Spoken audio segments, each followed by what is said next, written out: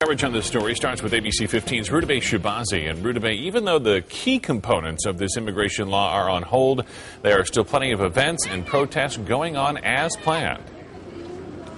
Well, yeah, Steve, people are pouring in from all over the country, and the point they're trying to make is that SB1070 is only part of the problem. They say they're here to speak out against Arizona's attitude towards immigrant communities in general, and that's why the judge's decision doesn't change their plans.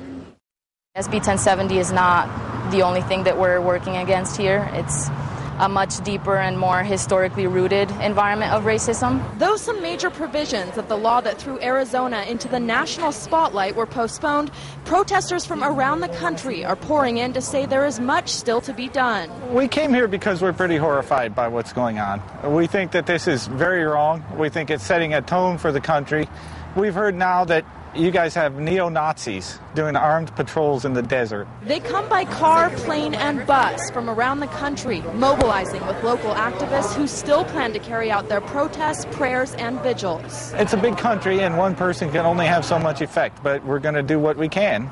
That's how democracy works. I want to take back the information and the lessons learned here and really be able to help apply it to different communities. But because part of the movement is an economic boycott on the state, none of the out-of-towners we talked to were staying in hotels.